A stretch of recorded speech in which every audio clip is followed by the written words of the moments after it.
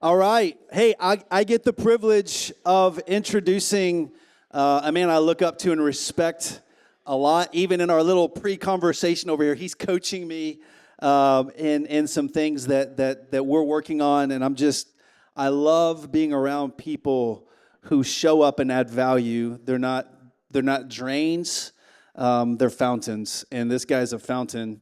And he's done a lot, and he's experienced a lot. And I'll read a little bit of this bio, but it's currently serving as chairman, co-founder of Field Agent, and as entrepreneur in residence for the SOAR program, which stands for Shaping Our Appalachian Region, which is a whole fascinating conversation that all of you should have with Rick at some point.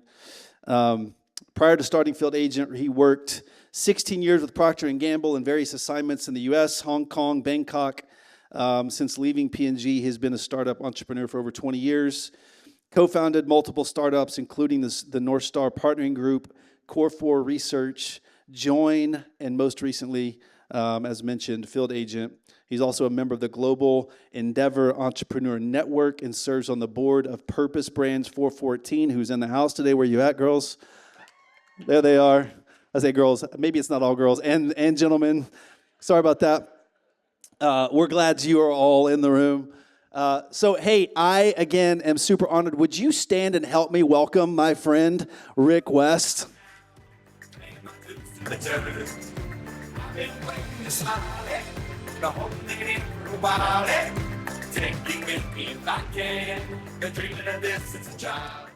Hey, thank you, guys. You know, it was November 2015. A similar day like today, or around, really about this time of the day, and I was waiting for the phone call. It was a phone call that was going to change my life one way or the other. So I'm looking at my phone, and I'm waiting, and finally it clicks in, and it's my wife. I said, "Hey, hon." She said, "Rick, it's cancer.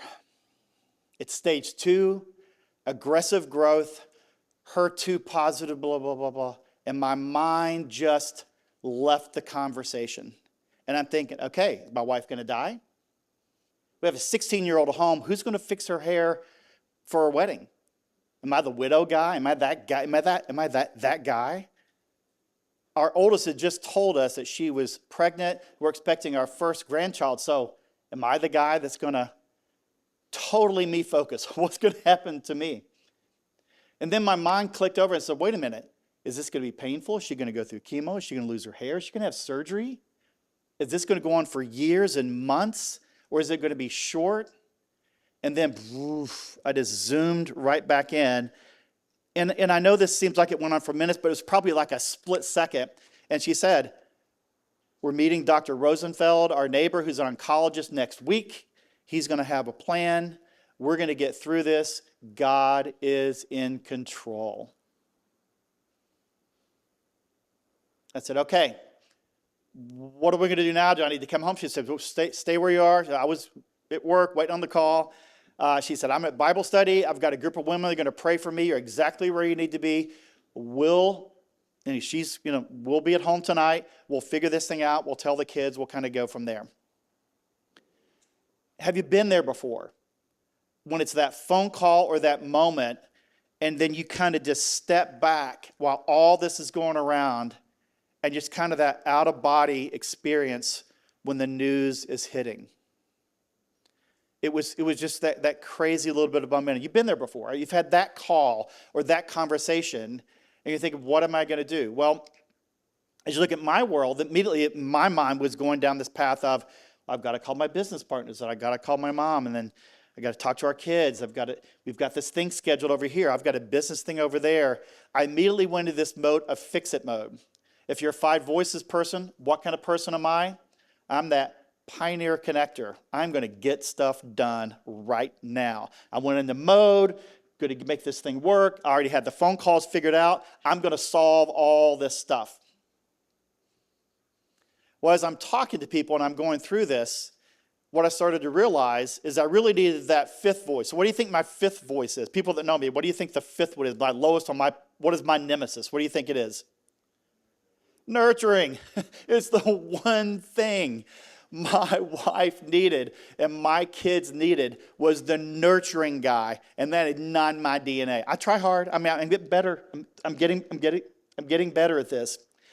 But what I found interesting is as I was engaging people, to a person, they said, Rick, we've got this. Go pour into your wife. Rick, we've got this. Love on your family. Rick, we totally, don't worry about a thing. We've got it. And what I realized at that moment, it wasn't the rallying at that time. It was the previous 3 months, 6 months, year, decade of investing in people that was rising to the occasion that was going to help me and my wife go through this struggle. To a person, not one person said, wow, really? You're going to push back? Not one person. Which allowed me to be the nurturer that I needed to do, that I needed to be. Now, to wrap up the story, my wife couldn't be here today, but she made it. She's 9 years cancer-free this fall, so that's a little golf clap for that. We just had our third grandchild 10 days ago, and she's been on it this week, and she just woke up this morning and said, Rick, all the stuff. So she would have been here. We could have applauded her. So it's fantastic. So that's part of our journey and kind of where we are. But I'm going to spend most of our time today not talking through that high and the low, but I'm talking what we're going to describe as the mundane of life. How do you thrive in the mundane? Okay? That day in and day out cycle, so that when the low hits or the high hits, you're prepared to handle it. And so, kind of a definition, guys. Let's get into the definition here. Just for kicks, you guys can read it faster than I can, tell it to you. But the important word here is that commonplace. It's that pace of life that you're going through today that is every single day of your life. That is kind of the mundane. And I want you to think of visually of how do we walk in the mundane. So here's a great quote that I am going to read from this.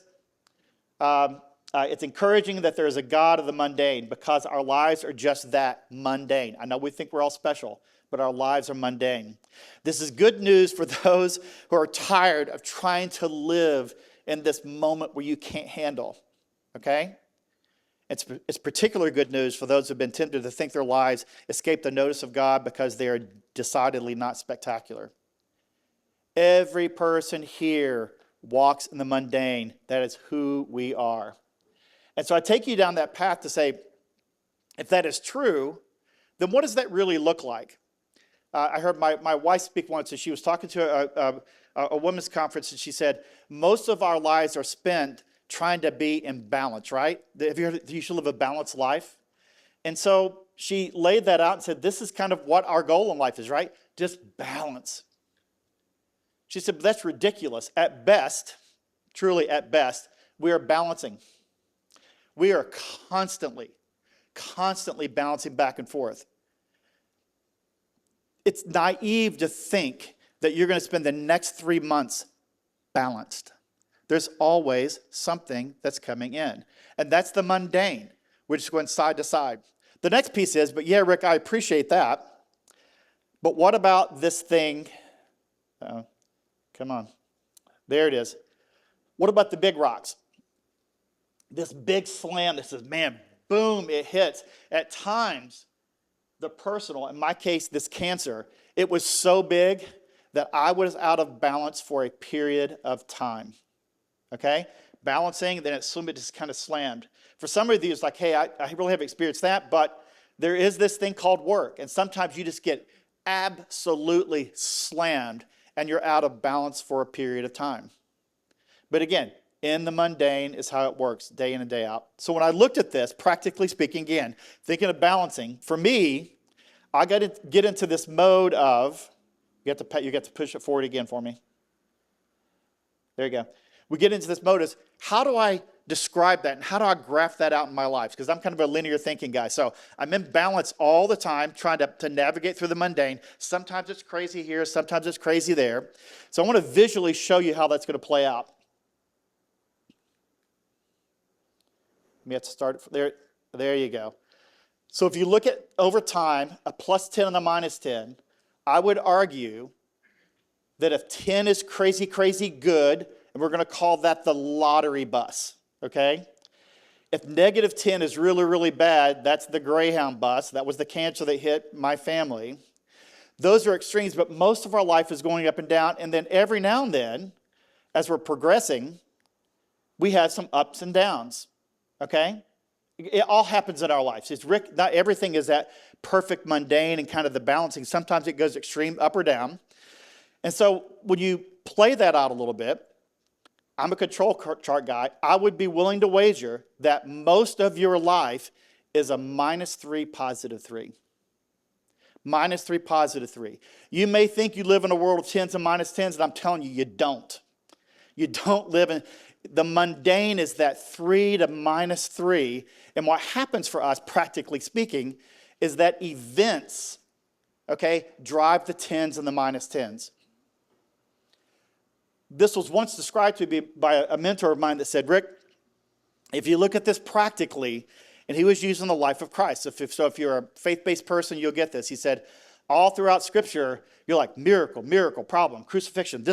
He said, Rick, if you map it out, and you could do a little bit of AI with me and confirm this, about 90% of the 3 years they cover in Jesus' life is walking 3 days to this, doing lunch over here, having dinner over there, walking 2 more days to this, walking 7 days over here. 90% is walking in the mundane. Only 10% was covered. And so this is the visual that I want you to see. And we're gonna knock this out a little bit, but for perspective, when you look back at your life, it may not seem that today and where you are, you look back at it, 90% of our life is this engaging in the mundane. We have 5% pops and 5% down here, but that's what it looks like. Okay? Now, the emotion of the 5s are really, really intense. Don't get me wrong. I get that. But most of our life hits. So here's the perspective for you. For most of us, again, there's an exception to every rule, but most of us, okay, we're either kind of in the middle of a major event right now, coming out of one, or going into one. Very few people would say, Rick, you don't understand, I had 3 10s last week. I'm like, let's recalibrate that. You don't understand, I had 4 negative 10s last week. I'm like, maybe, but you got to really, but you start to look at that ebb and flow. So for most people in this room, as you're processing through, you're like, yeah, I'm right in the middle of a major life event, positive or negative. Some of you are saying, whew, last year was tough. And some of you are saying, I see what's coming. It is right in front of me. I can tell it's coming my way. That being said, most of our life is walking in the mundane every single day. So, what does it mean practically? For adults, when you look at work, sleep, socializing, whatever else you do, it's about 90%. And then there are acute, keyword, acute life things that happen. Okay? Now, we're going to walk through an example of that that's going to play out a little bit. And so, Brandon, you're our Olympic guy, right? Okay, we're going to quiz him a little bit on this, but I had to pick an example of someone to at least kind of put up here, and I didn't pick you because I didn't know you well enough, okay? But I picked my favorite. Any track people here? Track stars? Anyone know who this is? I've got the name up there. Any track people here? So who is this? And so what does she run? And is she pretty good? World record holder. It's like, oh my goodness. If you ever have a chance to Google and watch this, when she wins, it's like, okay, it's crazy, crazy stuff. So I wanted to look at the life of Sydney and say, for an Olympian, for the last 10 years for life, what would it look like based on public information if I looked at what her life looked like, and what if I mapped it out, and this is what it looks like. So we start out with Sydney coming up here. At age 15, she got her first kind of U.S. championship, but she made the Olympic team at 17 years old. Earned a silver. That's up here, right? Woo, hit it. I put UK up there because she went to the University of Kentucky. That would be alma mater. I thought, well, throw that in. That's a 10 plus. If there's ever a 10 plus, it's right up there. But if you follow her trajectory here, over a 10-year period, she's 25 years old. She's won 9 individual gold medals, 4 in kind of the relays, all right? Think about that. 9 and 4, multiple world records. She's the current world record holder in the 400-meter hurdles. Got injured down here, first injury in her 10 years. Realized after I smashed the world record, maybe I should get rid of those hurdles. Now she holds the international record and another record for the 400 meters without the hurdles. She just beat the 3 fastest women of the world in their very first race and won the gold medal in her very first try at 400 meters. She is a machine. But let's look at her life. And again, track guy, you're going to work with me here. You could roll your eyes. You're going to say, yeah, Rick, you're right on this thing, man. Look at her life. 1,400, 400 training hours, 5 events, 4 heats at less than 1 minute. So she's only had 5 event hours. In her 10 years, has she only been at the peak celebration. 5 hours in 10 years had she been at the 10. 10 years, and she's the best in the world. You look down here, and you look like she's only had 1 injury, about 100 hours of rehab. That was her only low. But if you look at it from a practical standpoint, if I mapped her life out a little bit, 99% of her life is in the Olympic track mundane. You're like, oh my gosh, as an Olympic person, think of all these highs. She's like, oh yeah, I get like a 48-second high. 48 seconds. That's my high. You know what happens after she won the world record?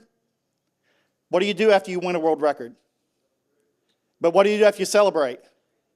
You go train again, and she hits right back in. And you hear talking about, man, it's the hitting and the mundane all the time.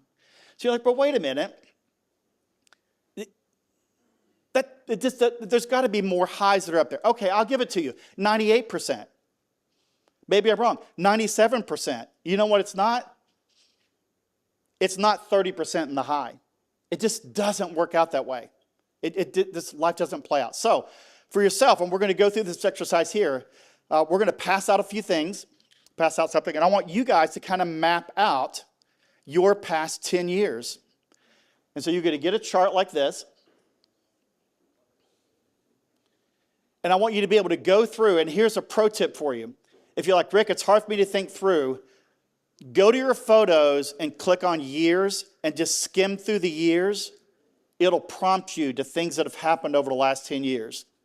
Go to your calendar, kind of skim through. Now, you're not going to solve all of this, but I'd love you to go through and kind of map this out. And while this thing is passing out, I'm going to walk you through my last 10 years. So this is what your chart's going to look like, one of these, all right? 10 years ago, I celebrated 30 years of marriage. Fantastic. My son-in-law was baptized, and field agent had some funding. So it was this great business stuff that were up here. But then Kim's cancer, see that thing? It just kind of was yucky for a while, and that was covered in there. You go forward, I had about 2 years. I couldn't find a crazy 10 or minus 10 for about 3 years. Crazy. I mean, and I looked pretty hard because I had to prepare for this thing.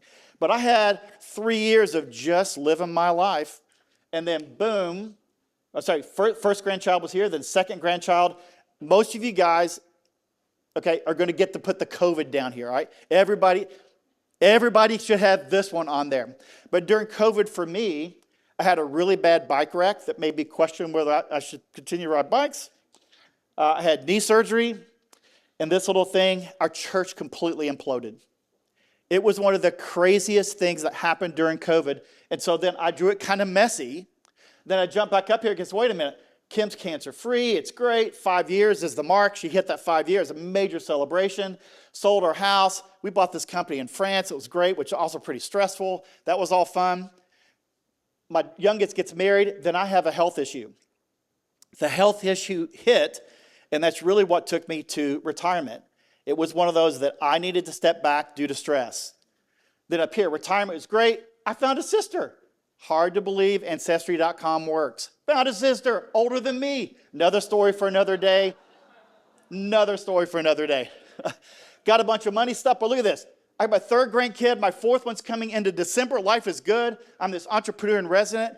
But in the spring, I didn't realize my birth father, who I'd met 6 times over the course of my life, met him when I was 30, got really sick. And of the 5 siblings, everyone's estranged. I went down to Florida and spent the better part of 2 months ministering to a dying birth father that I didn't know. Crazy, crazy hard down here. Crazy, crazy hard. So I want you guys to take a few minutes, play it out. Don't worry about how it's going to play out, what it looks. Just capture those dots, and we'll come back in about 5 minutes. Okay, let's pull this back in. So as you look at that life map that's kind of in front of you here, you notice I had 15 dots that I considered out of control, like above the 3. Did anyone have 15 or more things above the line? Okay. What about below the line? I had 8 things. Anyone have anything more than 8 below the line? The list means you had 8 below the line? Okay, we're going to talk afterwards. So it looks like, what's your name, sir? So Mark and I, like the Greyhound bus guys down here, 8+, okay? And then looks like I'm also the happiest, most, everything's great. We hit the lottery a bunch of different times. What I think you're going to find interesting is I also went back and then I started using perspective. Okay? Hindsight and perspective changes the 10s. If you would ask my wife today about her cancer diagnosis, she would say, Rick, I would not trade it for the world. You're like, what? I would not trade this for the world. People visited my wife and told her things that they would have told me at her funeral, but they told it to her face. People come and would sit by her feet and just talk about how much she meant to them. She says, Rick, you don't understand. During this time frame was one of the most uplifting times of my life. Now again, chemo was bad, the hair, all kinds of stuff was bad. But I don't think she'd call it a 10 right now. There were peaks in that. I look at this bike wreck surgery and the church imploding. Our church is in a much better place today. At the time, really, really bad. But hindsight, it might have been more of a 7 or 8. I look at this health issue, not what I wanted, wasn't planning on retiring when I did, but in hindsight, it slowed me down in the right way, gave me different perspective, and I'm in a really good place right now, so maybe it wasn't as bad. And then my birth father, dying. Again, 6 times I'd met this guy. 6 times I'd met this guy. And so now all of a sudden, I'm holding his hand, telling him about Jesus and what was going to happen and how this is going to play out. And he looked at me and actually had conversations with me that I'd never had before. I was like, well, that wasn't as bad as I thought it was. So as you leave here today, and we've got a few more things to unpack, but as you leave here, sometimes hindsight and perspective, you realize it's not as bad, and sometimes those crazy things turn into really good things in life. Make sense? Make sense on that? So now the question is, how do we get prepared for this?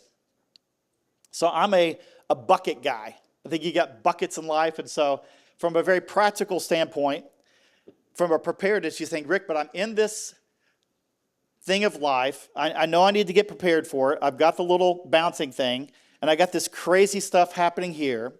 If I was sitting across the table from you, I would say this, is that there are times that in advance you're going to have a personal crazy, crazy positive good or bad, or a work crazy good or bad. In most cases, you're planning for the good. And so when I coach people and talk, especially startups, they're like, hey, I want to start up this company that's going to be amazing. I'm like, okay, you need to have a conversation with your spouse and say, I want you to hold a really, really heavy rock for 1 year. And it's going to suck. Can you, for 1 year, hold this crazy heavy rock? And at the end of the year, if the business isn't successful or whatever, I'm going to take the rock away and we're going to go back to balance. Okay? There are some of you that say, hey, well, I want to run a marathon. And you look at your family. I got a heavy rock. I want to train for 3 months. Dinners are going to be different. I'm going to travel differently. Can you hold this heavy rock for me for a period of time? Now, there are other things we can't expect, right? Because tragedy happens out of nowhere.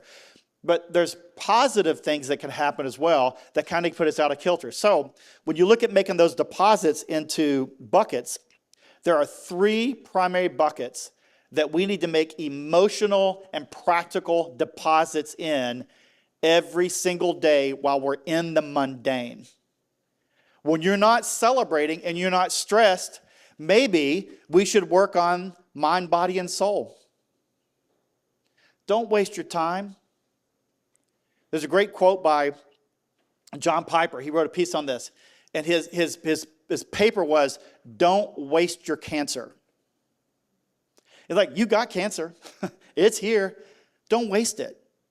My wife does jail ministry. And she would come in and say, "Hey, don't waste your incarceration. You're in here for 12 months. Don't waste it. For you guys, you're in the mundane. Nothing big's happening. If you guys are selling into Walmart, you're not going to see your buyer for a year. You got kind of the mundane. Hey, you got the business thing going. You had the big launch, kind of the mundane. You got the outdoor track championships, and you got the next mundane." So in that time, the first bucket is, what are you doing in those average, everyday times to focus on your mind, body, soul? The third piece of the right-hand side is the financial side. What are you doing today for tomorrow from a financial standpoint? Because sometimes when that Greyhound bus hits you and you lose your job, you're like, I guess I got to call dad and move back in with dad. My point to my kids are, you can move back, but I want a PLAN. Without a PLAN, no moving back in with dad. But you can stay as long as you want, but I want a PLAN. Son loses his job, he moves back in, sure, I got it. But as you look at the financial side of this stuff, what are you doing today to handle the Greyhound? What are you doing today that says, oh my gosh, I've got an amazing business opportunity if my finances were just in a place where I could do it? Or I've got this amazing chance to go on this trip with some friends, but I don't think I can do it. All those decisions happened in the previous year or so in the mundane. What we're going to focus on today is the relationship side. That's the side that I consider is like the money one in here. Family, friends, and coworkers.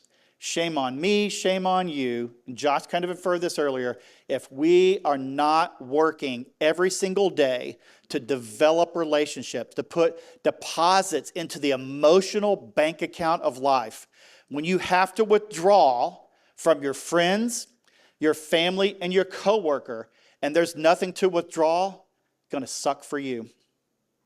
It's going to suck for you. Telling you, okay? Here's a Covey quote. Great quote to kind of lay this out for you. If you're a 7 Basic Habits person, kind of read through that. So this is, relationships thrive when you've made more trust-building deposits, okay, kindness and honesty, than withdrawals, okay, criticism, broken promises. By proactively doing things that build trust in a relationship, one makes deposits. Conversely, reactively doing things that decrease trust, one makes withdrawals, okay? When my wife had her cancer, when I was sick, when we had problems, and I went out to people, the reason people said, Rick, we've got this. My business partners, Henry Ho, Kelly Miller, Mark Yount, dude, we go home. Totally got it. It wasn't like, how long are you going to be out?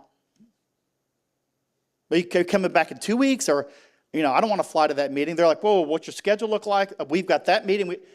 There were so many deposits I had made that it was such an easy conversation. Now, I wasn't taking it for granted, but that was because of years or decades of making deposits. You're going to see that in your family. We had a good friend of ours. Her name is Carol. And as soon as she found out about Kim, she said, Mr. West, I will be there the day after her surgery, and I will take care of everything, cook, clean, take care of her, so that you don't have to worry about a thing. I already have my flight booked. I'm like, Carol, she's like, didn't ask if I could come. I'm saying, I'm coming. I will be there. Kim's sister. So it was all these deposits that we had made. When you look at walking in the mundane, what are you doing today to invest in coworkers, family, and friend, so that when they have a problem, it's a no-brainer? Of course. Of course. You've made so many deposits in me. How can I help? How can I help? Really, really important. So what I'd like you to do, if you flip over that sheet, it's in front of you. You got 3 buckets. I don't need you to do all three, but I'd like you to take the middle one. And I'd just like you to look at that. Relationships, family, friends, coworkers. If you look at the next 6 months of your everyday life, are there people that you realize, I probably should be investing in them, not so I'll get something back, but I'm investing in them because those are the people that are going to do life with me. Those are the people that if I get hit by the Greyhound bus, they're there for me. And if they get hit by the Greyhound bus, I'm there for them. Start thinking through who those people are. Let's take a few minutes to do that. Okay, we're going to you can finish this at home, but I want you to flip the page back over and look at your grid. And I want you to look at the highs and the lows. And I want you to put names beside of someone that came alongside you, that helped you, and was there for you during either the high or the low. And then later tonight, I want you to contrast that with the people you say you need to pour into. So just look at your chart and say, who was with me when this success happened and this thing happened over here? And who was with me during the health issue? Who was with me during the crazy COVID when I was completely stressed out? Who was with me when my mother died and I had to go home and make this happen? Just write down a few names, okay? It'll be interesting to see who those names are. Take a minute or so to do that. All right, I hate to do this on that song, but we had major foot tapping going on up here. Okay, we're going to it was like, dun, dun, dun, dun. You both just had, no, it's all good. Okay, so now, we're going to finish up. But remember, making deposits are important. We are not doing this to get something back. We're making deposits, emotional deposits into the bank account of life for, we could help, they could help. Really, really important. So as we think about that practically, how do we thrive in the mundane? We thrive in the mundane, okay, by focusing on self, that mind, body, soul, that spirit, that piece of it. We make sure financially we're not going to be a burden or a liability over here, but more importantly, we are focused. So you got to embrace the moment. You got to find joy of thriving.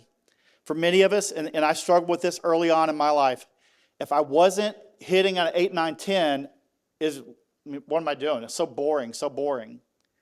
I understood some years ago, okay, really in my 30s, that there was joy in the walk. There was joy in the journey. There was joy in the engaging, so that when this hit, the track star is hitting 45 seconds of amazing dopamine hit over here. How do I stay motivated? How do I keep going in the mundane? So as I look at that from a practical standpoint, who are you walking with? This isn't me. This is one of those AI-driven sort of things that look like me. But as I'm walking down this path, who's walking down the path with you? I'm willing to wager when you flip that chart and you looked at your graph and you start putting names down, those are your people. They are there for you, not because of blood and not because you worked for them or they worked for you, is because you invested in them. If they did a chart, how many times would your name show up on their chart? How many times for a brother or sister of yours would they call you versus a best friend? How many times did a coworker say, I didn't even know what was going on. Why didn't you? Well, you're really busy. And I talked to Sally over here. You're like, oh, wow, I thought we were. The chart makes sense, but the personal part is important. So with that, listen, I just wanted to thank you guys for being a part of my walk in the mundane of life. I don't want to say this Josh, I'll give it a 10. This is a 10. But this wasn't a 10. This is what I do. I love engaging, and this is part of what I do. Is it more than a 3? You bet. Okay? But I wasn't living the last 30 days to go do this. This is a part of what I want to do. These tables is a part of what we do. So thanks for walking with me along the mundane of life.